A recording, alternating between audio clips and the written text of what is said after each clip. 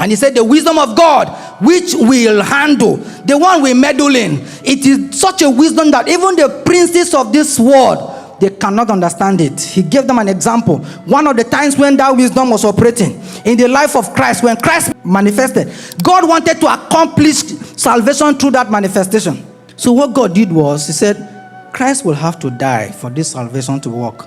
How can we make these people kill him? And I cannot kill him. If I kill him by myself, it will not work. It has to be them. How can they kill him?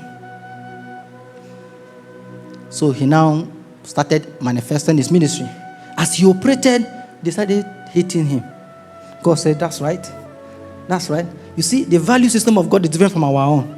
But because of that wisdom Eve ate into, that hatred will be a bad thing for Eve, But that hatred was a good thing for Christ. It means that the purpose of God was gathering steam. It is now possible for it to come. If everybody loved Christ, it would be a problem. There will be mourning in heaven.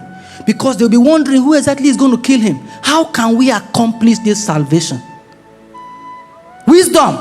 Left can be right. Right can be left. Backwards can be forward. The thing can reverse. That's why Solomon said, sometimes they hide it they say the thing in dark words. So that it's only the person it is intended to that will catch it. Then after all of that, so he said that's the same way God has a wisdom line for fulfilling your destiny. Your destiny, humanly speaking, is impossible. There are enough obstacles to stop it from coming to pass in this world. So God will hide it in a hidden program. All right? Then he will take advantage of the bad things people think about you. Sometimes you give them opportunity to do those things. As they do it, a section of that plan will come to pass. There are some depths in God you will not access except somebody hates you so much and refuses to promote you. While you were praying for promotion, your stature in the spirit began to mount. God said, that's right. I needed him to have that stature to be able to do this thing. But there was no motivation in the environment to make him have that stature, except somebody hated him in the office and delayed his promotion. You see, this wisdom is reversed. It's opposed to the wisdom of this world. So God has a wisdom like that for your life. And that's why anytime you have a problem, you need to go to God about it first before you form an opinion about it. Because that problem might actually be in your interest. Without problems, you cannot fulfill your destiny. The devil has enough plans to spoil all our destinies if God allows him. So God sometimes will trick him. So the devil will, with his own hands, will contribute to the realization of your destiny and your purpose.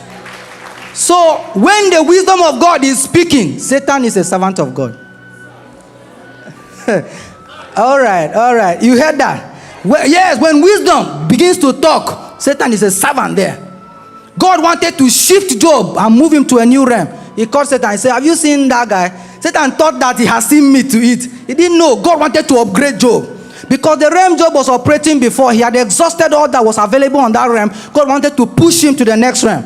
And then Satan thought that he had got an opportunity to destroy the man. But God gave him a barrier. He said his life must be secure. I was thinking Satan will see through that word that, you want me to kill the man, but you don't want me to kill him. What exactly are you planning?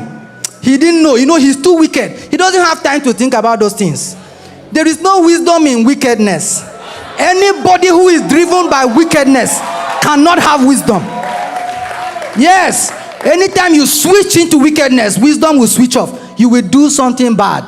That's the same thing with anger. When you switch into anger, wisdom will switch off. You are going to get yourself into trouble.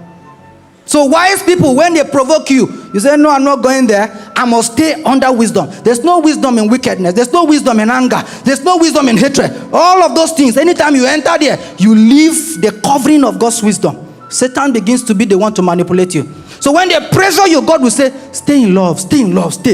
If you stay in love, you will be able to maintain the script that will lead you into your destiny.